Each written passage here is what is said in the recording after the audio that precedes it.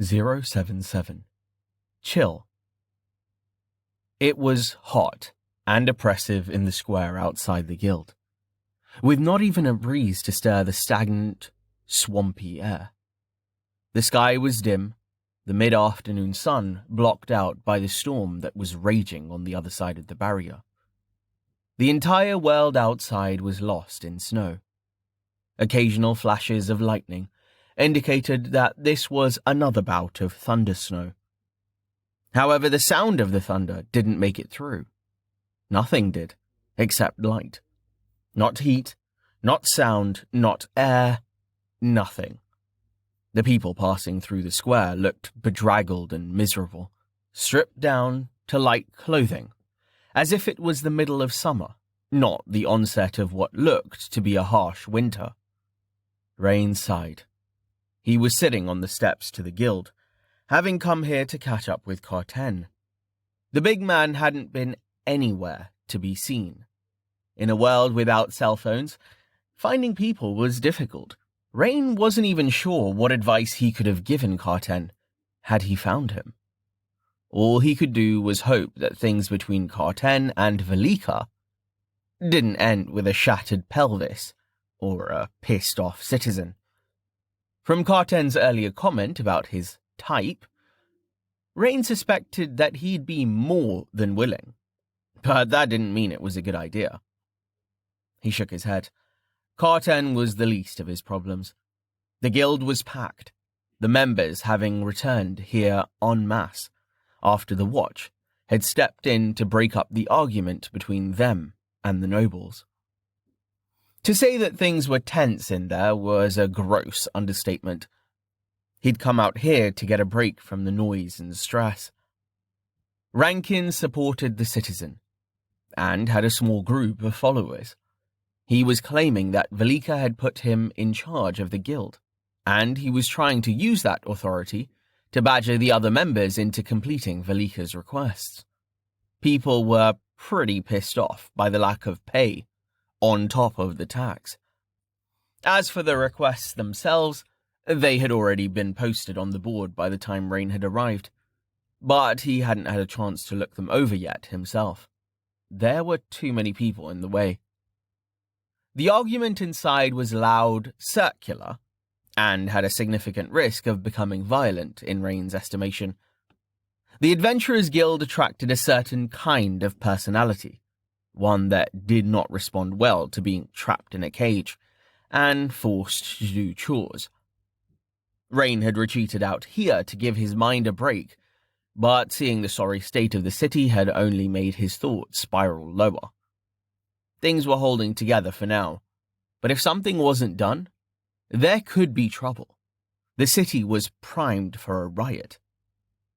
Damn it. If Velika doesn't get what she wants, she might go ballistic.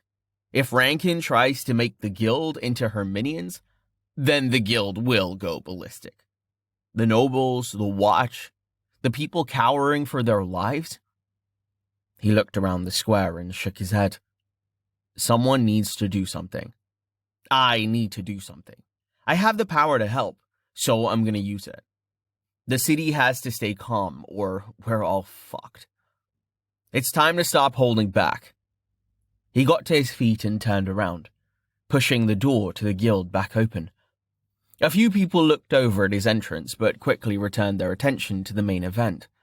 Rankin and his supporters were faced off against the opposition, led by Jax, of all people. He stood on his toes to see better over the heads of the crowd. The Vivificant had his pair of axes tied to his belt, but was clearly itching to draw them. He was clenching and unclenching his hands as he stared at Rankin while the old man spoke. Rain shook his head and dropped back on his heels.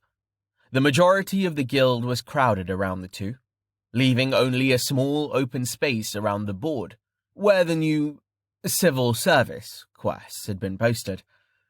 He started pressing his way through the mass of bodies, taking advantage of the fact that people didn't want to get in the way of a man wearing full plate. Many of his fellow adventurers still thought he was some sort of warrior, just one with a magic spell or two. He stopped for a moment when he judged that he was in the middle of the room. He opened his menus as he activated Winter and pulled up the IFF settings. He was currently on whitelist mode, with only a few names listed. It was time to change that. He switched the mode to blacklist and removed everyone, leaving it wide open. He almost added Rankin's name to the list as an afterthought, but quickly discarded the idea. As much as he disliked the man, this was no time for petty grudges. "Hey," a voice came from his left. "I saw you come in. You think there's going to be a fight?" Rain turned his head, smiling beneath his helmet, as he saw Val standing there. He was relieved. It would be good to have someone on his side, no matter how the guild reacted to what he was about to do. He didn't think there'd be any problems, given that a good half of the people in the room were mages. He'd have plenty of supporters, once they realized what Winter meant for them. He was counting on that, in fact. The guild'll protect me. The only question is if they can protect me from someone like Velika. She's not a mage, so I don't think she'll try to steal me for herself. But you never know. Damn it! Is this really a... Hey, Rain, are you okay? Val asked, interrupting his thoughts. You heard me, right? Damn, it's loud in here. Rain chuckled, setting aside his doubt. No more fear. I've decided, and that's that. He leaned in close to Val to get as much privacy as he could. Yeah, I heard you. There's not going to be a fight. People are going to have something else to talk about in a second. I'm going to use Winter. Val tilted his head. At full blast? Rain nodded. Val broke out into a grin and punched him in the shoulder. It's about time. You doing it now? Yeah. Starting out gradually, though. I don't want anyone to think they're under attack. The cold isn't real, but it sure as hell feels like it. Val nodded. I got your back. This is going to be great. Rain glanced at his health bar one last time and double-checked the charge on his armor. As good as it's going to get. Let's do this. He activated Winter, starting out at a 10% boost to mana regeneration, and using Extend Aura to reach everyone that he could. He started pressing his way through the crowd again, slowly increasing the intensity of Winter as he neared the board where Rankin and Jax were arguing. Hey, someone's using magic, a man to his right said, looking around. It feels cold, what? It's that mana boost thing again. You know, the one from before, said another voice, this time from a woman on his left. Who's doing that? I didn't know you were still here. Rain grinned, bringing the boost up to 100%. Looks like some people remember me using this in here before. I could probably just leave it at this level and call it good. They might not even be able to figure out it's me. But no. A growing number of people were now looking around and playing with invisible interfaces. Jax was still screaming at Rankin, who likewise appeared to have yet to notice the buff. It was time to change that. Rapidly, he let off on the brakes, allowing Winter to ramp up to its full, unmodified strength of 180%. Then he pushed it beyond, using Channel Mastery to multiply it by 2, then Amplify Aura to multiply it by 2 again. He reined it in with compression, cutting the range back to 11 meters. By his calculation, that would result in an effective multiplier of 10%, completely cancelling out the effect of the mana siphon. Cries of surprise erupted as Winter spread through the room. For all that it was invisible, he could track the progress of the boost as it spread. At this level, the cold was piercing. He'd long since gotten used to it, learning to ignore it even as he slept. For everyone else, though, it would feel as if they had been dunked into icy water. Fucking depths. Shit, cursed Rankin, jumping back and colliding with the edge of the crowd. The siphon's gone, someone cried as Val started laughing. Nope, it's still there. Look at the message, came another voice. Shit, you alright? Fuck, it's freezing in here, said the woman who had recognized Winter. How the fuck is it so strong all of a sudden? I don't. You, Jack said, jerking his gaze to Rain as he broke through the edge of the crowd. His eyes narrowed. You're doing this, aren't you? That mana skill? No, something else. Rain ignored him, silently heading to the board. He felt the eyes of the crowd on him as he looked over the postings bearing the hawk symbol, searching for ones he was suited for. There were multiple copies of each, and Rankin had explained earlier that anyone working for the good of the city was expected to take one with them in case they were challenged by a member of the guard. That was good. It meant that Rain could act freely as long as his magic use would be considered in service of one of the goals. What the hell do you think you're doing? Rankin yelled at his back. Rain ignored him, too. He was done with being meek. Looking over the board, he saw 3 postings that he was interested in. One was for the purification of the river. That had his name on it, quite literally, in fact. It appeared that word travelled fast. Another was for boosting the city's mana regeneration to fuel the barrier. The last was for cooling the air in the city. The stifling heat had only grown worse since the fight had ended, and people were starting to become concerned. Good enough, he thought, taking a copy of each and stepping back from the board. His heart was beating furiously, but he kept his motion smooth, relying on the armor to hide how nervous he felt. He turned and walked over to Rankin, who stepped forward to confront him. Hey, I asked you what you think you're...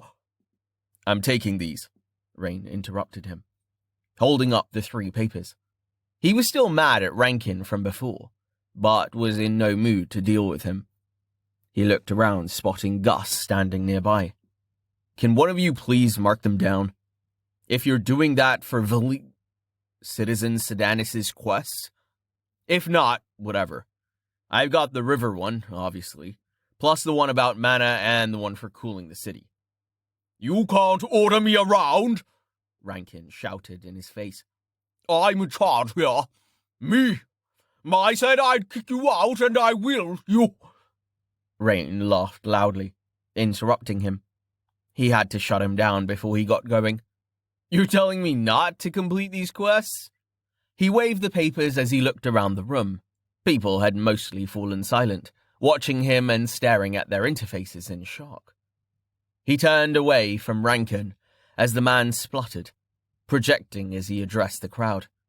Further antagonizing him wasn't necessarily smart, but he did have to admit that it felt good to let loose at last. I'm not about to tell you what to do, but we're all in this together. Whether you like it or not, we need to help the citizen with these requests. I don't know what she'll do if we don't, but I know I won't be able to stop her from doing it. I actually agree with Rankin here. We need to do our part, whether we're getting paid or not. He started walking, stepping around Rankin and heading for the hallway that led toward the guild tavern.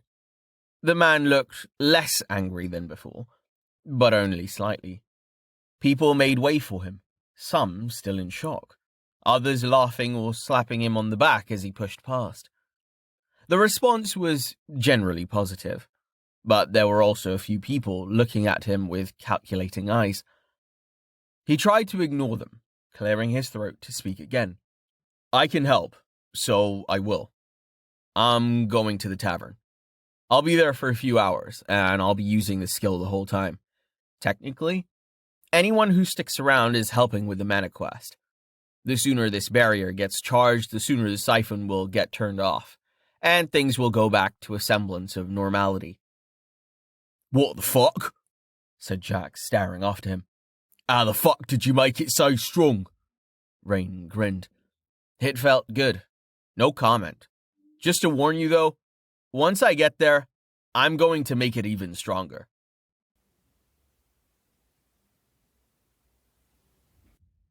Amelia skidded to a stop at the edge of the river, panting.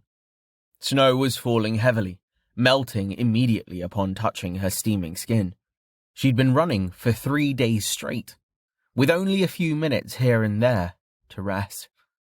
She hadn't slept either, other than the few hours she'd needed to recover after scaling the mountains that separated the DKE from the unclaimed lands to the south of the range.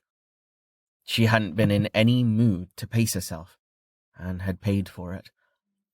She dropped to her knees in the snow, cupping her hands to drink from the freezing river. She had been denying her thirst for far too long. Just because she could ignore the needs of her body for longer than most, it didn't mean it was healthy. She got back to her feet after only a few seconds. She knew that she should rest properly before pressing on to the city. But she couldn't bring herself to do so, not when she was so close.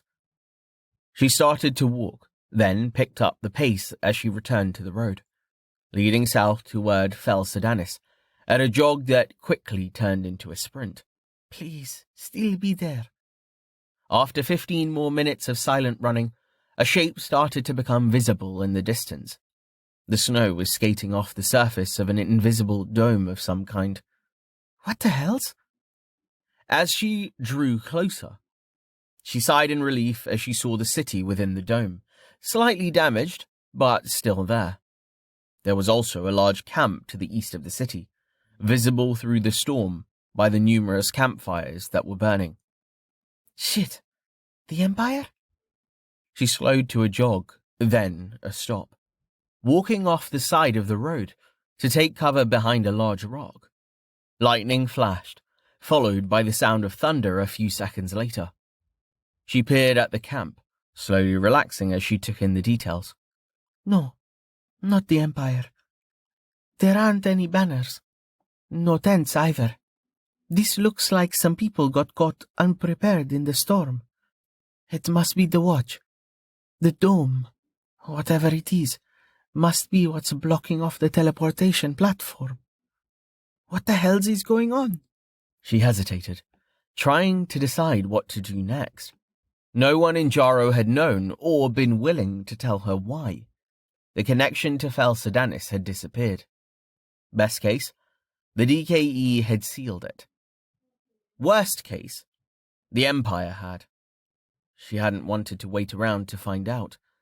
But now that she was here, she wasn't sure that it had been either of them. The dome was unlike any spell she had ever seen. Identify yourself, a voice spoke. Amelia jumped and whirled, dropping into a defensive crouch. There was a slender man standing there, hand resting at the ready on the hilt of a thin sword belted at his waist.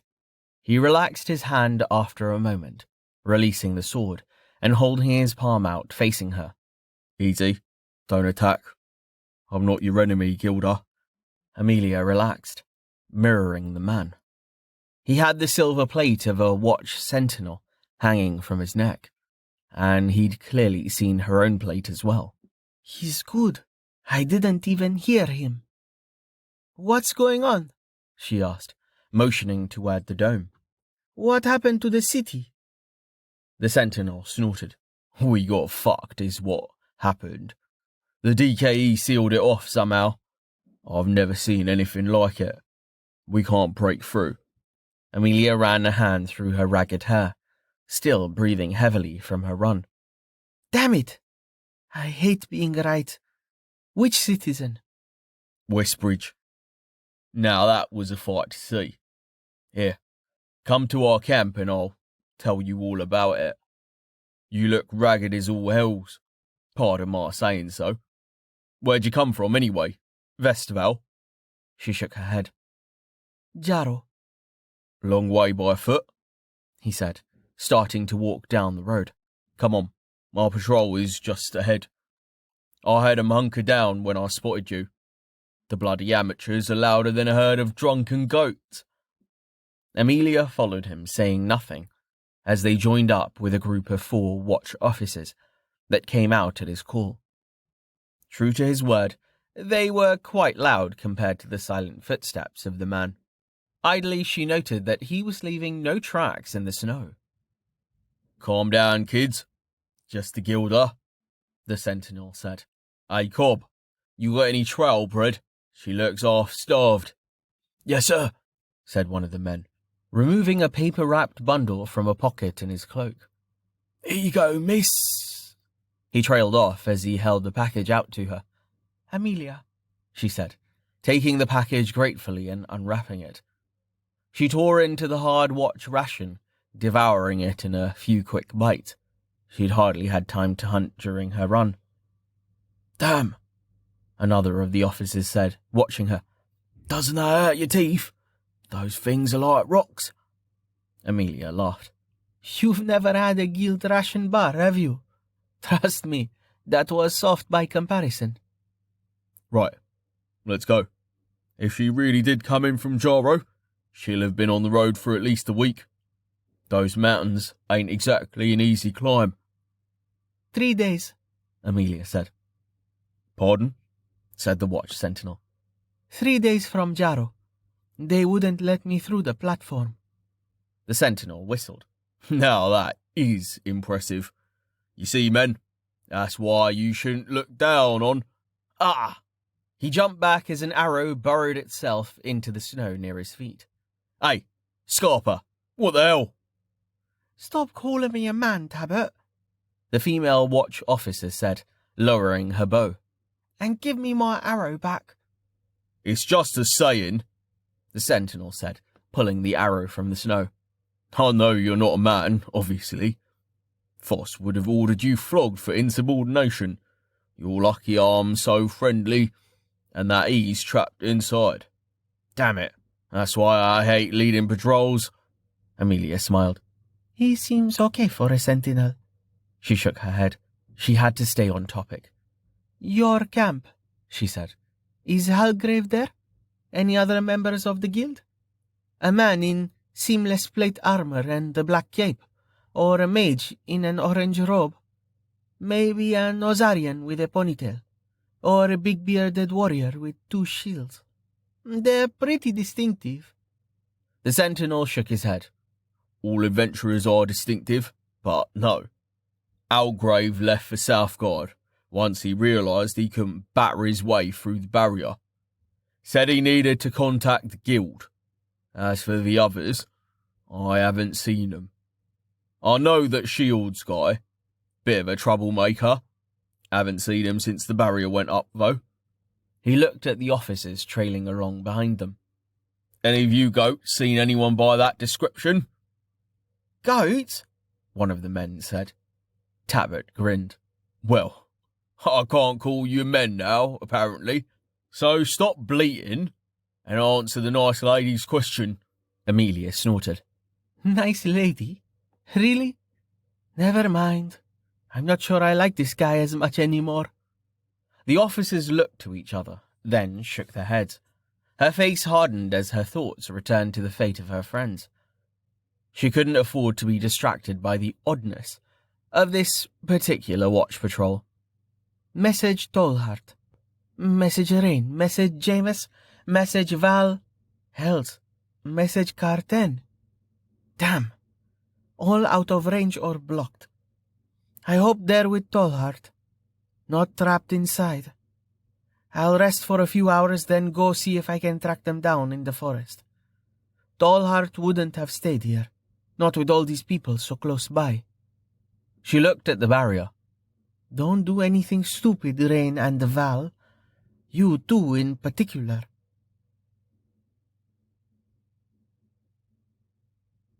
Sitting deep in the chill of winter, Rain shivered. It had been over 2 hours since he'd started, and the chill was starting to get to him. He was using aura focus, meaning all of his physical senses were blocked. However, winter's effect wasn't physical. At first, he'd stopped every so often to look around the room and make sure that nothing bad had happened, such as Velika showing up. People had figured out that he couldn't hear them while he was using aura focus, and they pelted him with questions whenever they felt the skill lighten up. That annoyance, plus the knowledge that he couldn't do anything to stop her if she did show up, had eventually convinced him to stop checking. He was all in, come what may. While he waited, he kept himself distracted by keeping an eye on his adaptation panel, while he trickle-charged his armor. His tolerance for clarity and focus buffs had both improved slightly, but not as much as he hoped given the ridiculous boost he was generating right now. Just 2 points for focus and 6 for clarity, since he'd last looked at it back in Stavo's place. None of the other categories had changed, though his total tolerance had gone up by a point. He hadn't adjusted the ring, waiting to see if things went faster or slower, depending on how far above his tolerance he was. Results so far were inconclusive. Adaptation. Effective strength, 5.29. Total, 41. Base, 10. Potential, 23%. Buff, 31. Tolerance, 13. Effective recovery, 5.33. Total, 31. Base, 10. Potential, 41. Buff, 21. Tolerance, 3. Effective endurance, 3.6. Total, 30. Base, 10. Potential, 30%. Buff, 20. Tolerance, 2. Effective vigor, 6.46. Total, 35. Base, 10. Potential, 38%. Buff, 25. Tolerance, 7. Effective focus, 23. Total, 39. Base, 10. Potential, 100%. Buff, 29. Tolerance, 13. Effective clarity, 209. Total, 221. Base, 200. Potential, 100%. Buff, 21. Tolerance, 9. Enchantment stat boost. Current, 147.